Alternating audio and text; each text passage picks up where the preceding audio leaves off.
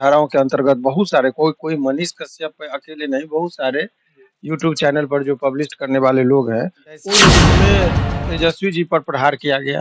तेजस्वी जी का नाम का ज़िक्र किया गया।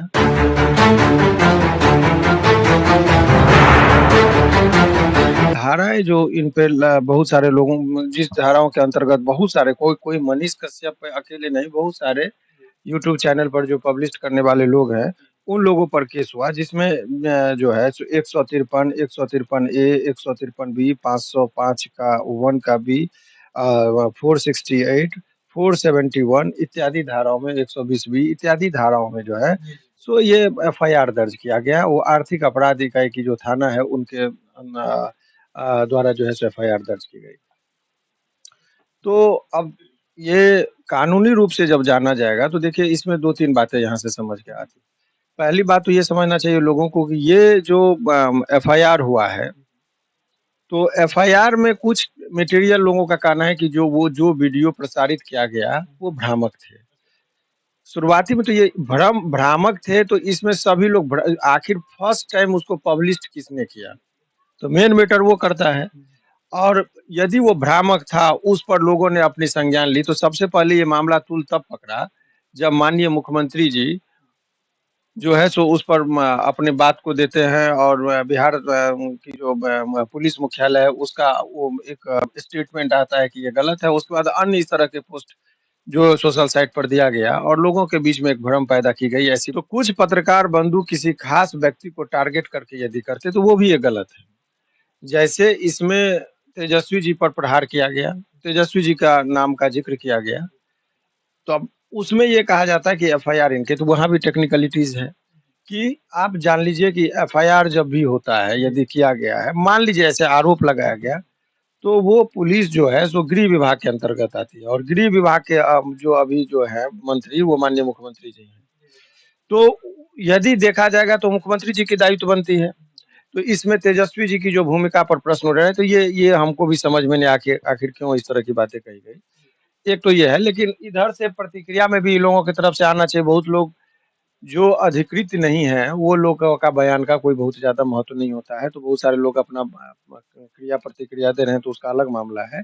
लेकिन मूल रूप से अब देखिए कानूनी रूप से आ गया है, तो ये जो कहीं न कहीं इस परिस्थिति में ये उचित होता हुआ प्रतीत नहीं होता है कि आप पत्रकार बंधु को right to speech and expression में उनका अधिकार है, तो कुछ रीज़नेबल रिस्ट्रिक्शन भी है, लेकिन आप उसमें पिक एंड चूज़ करके यदि किसी खास व्यक्तियों पर केस करते हैं, तो उसके लिए न्यायालय है। अभी उनके कार्यशैली पर आप प्रश्न नहीं उठा सकते। अब ये न्यायालय में ये चीज़ों को रखना होगा कि जिस चीज़ धाराओं के अंतर्गत ये एफआईआर दर्ज हुआ है, उस धारा में ये केस बनता ही नहीं। तो ये जो धारा है कि हमको थाना बुलाएगी, नोटिस का नहीं देंगे तो कहेगा कि देखिए हमको अनुसंधान में सपोर्ट नहीं करे और गए तो गिरफ्तारी हो गई। तो ये एक प्रोसीजरल एरर है, जिसमें माननीय सुप्रीम कोर्ट का बहुत सारा गाइडलाइंस है कि आपको यदि कोई व्यक्ति 41 ए के तहत यदि आपके पास गया है, नोटिस का कंप्लेंस कर रहा है, तो आप उसको गिरफ्तार नहीं कीजिए, जब तक कि वारंट आप नहीं ले लेते हैं।